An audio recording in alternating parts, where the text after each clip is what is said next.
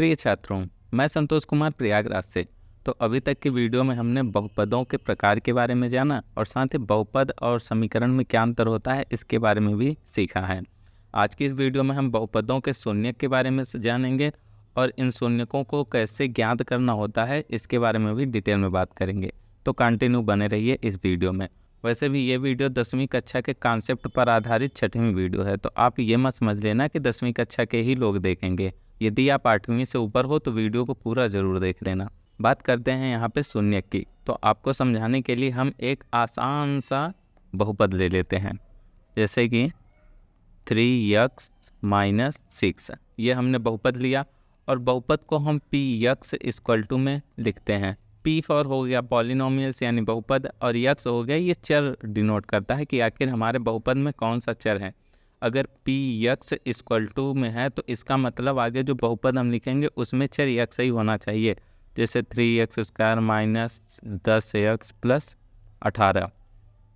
अब px अगर लिखा है तो आगे हम 3z² नहीं लिख सकते, z नहीं लिख सकते, y नहीं लिख सकते, p नहीं लिख सकते, यानी कि अगर x लिखा है तो x ही लिखेंगे। अगर आपकी z लिखने की इच्छा है या तो हम pz लिखेंगे या py लिखेंगे। py में चर सभी y रहेंगे, pz में चर सभी z रहेंगे। फिलहाल यहाँ पे px वाला हमने बहुपद लिया हुआ है। अब बारी है हमें ये समझने की इसमें आखिर शून्यक होता क्या है। देखो, तो दिए गए बहुपद में चर संख्या का ऐसा मान जो पूरे बहुपद को ही क्या करते, जीरो कर दे, उसी मान को शून्यक कहते हैं। चलिए हम आपको समझाने के लिए एक मान लेते हैं कि चलो हम x 2 ले लेते हैं। x 2 ले रख के देखते हैं कि क्या बहुपद का मान जीरो होगा। तो जब हम आगे सॉल्व करें तो 3 × 2 हो जाएगा। x के स्थान पे हमने 2 लिया था तो 2 रख दिया।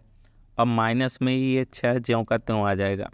अब 3 का मल्टीप्लाई हम 2 के साथ करेंगे तो 6 आएगा और ये -6। हम देख सकते हैं कि यहाँ पे 0 आ गया है। अतः इस दिए गए बहुपद के लिए ये जो x 2 है ना, यह एक शून्यक का काम करेगा। कौन शून्यक का काम करेगा? ये संख्या 2 एक शून्यक का काम करेगी। या ये कह सकते हैं कि इस बहुपद का शून्यक क्या है? 2 है। समझ गए? अब इसको निकालना कैसे है हम ये समझते हैं। हम इसी बहुपद को पुनः ले लेते हैं। 3x - 6 ये हमारा बहुपद था। तो शून्यक निकालने के लिए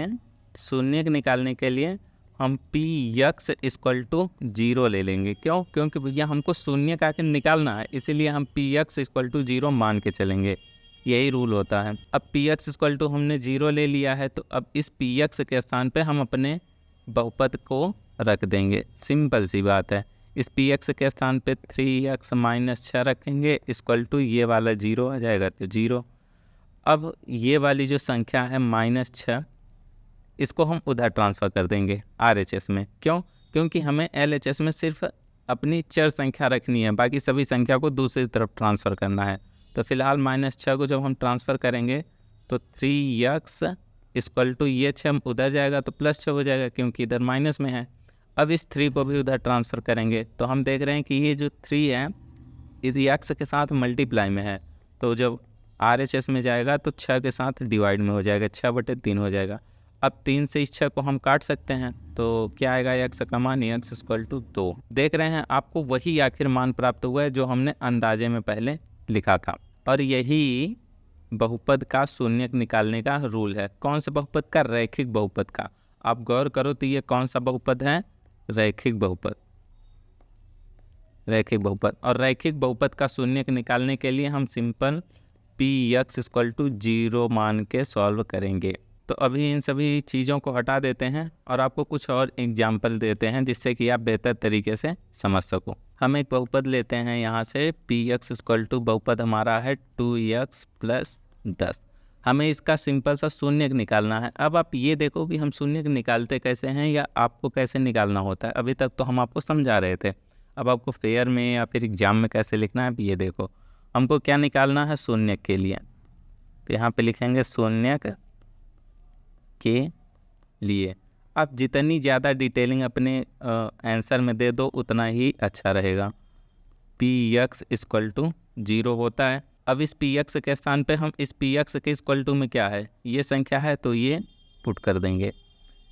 तो पुट करने पे क्या आएगा, 2x + 10 इक्वल टू RHS का 0 ज्यों का त्यों आ जाएगा। अब हमको पता है कि हमें एक तरफ केवल अपनी चर संख्या रखनी है, बाकी सभी संख्या को दूसरी तरफ ट्रांसफ़र करना है।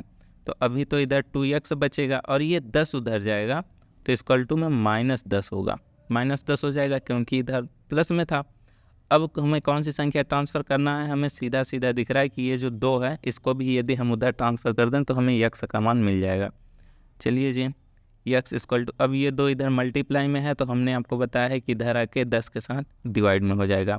x इक्वल टू क्या आया, -5। अब यहाँ पे x का एक मान हमको मिला है, क्या, -5।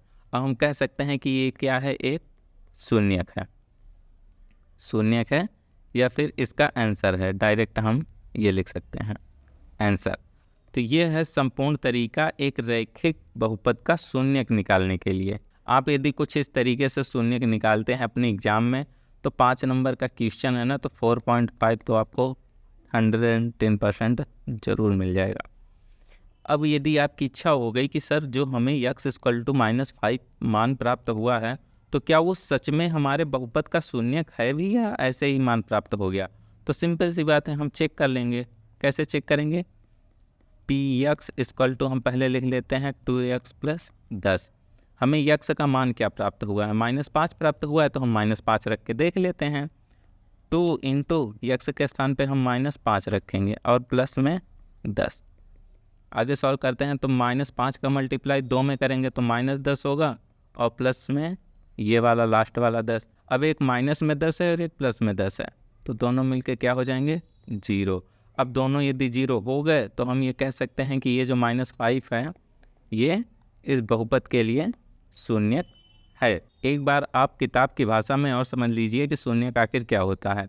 तो आप कुछ इस तरीके से लिख सकते हैं कि दिए गए बहुपद में चर का ऐसा मान जो संपूर्ण बहुपद के मान को 0 कर दे वो उस बहुपद का शून्यक कहलाता है। आप कुछ इस तरीके से लिख सकते हैं या अपने अनुसार भी कुछ समझ के लिख सकते हैं। ठीक है, समझ में आ रहा है ना, बोलो समझ में आ गया। अगर समझ में आ रहा है तो अभी के अभी वीडियो को लाइक कर दीजिए। अब हम आपको कुछ और एग्जाम्पल दिखाते हैं जिससे कि आप एकदम मजबूती तरीके से समझ सको, आपको भूलने का कोई चांस भी ना हो।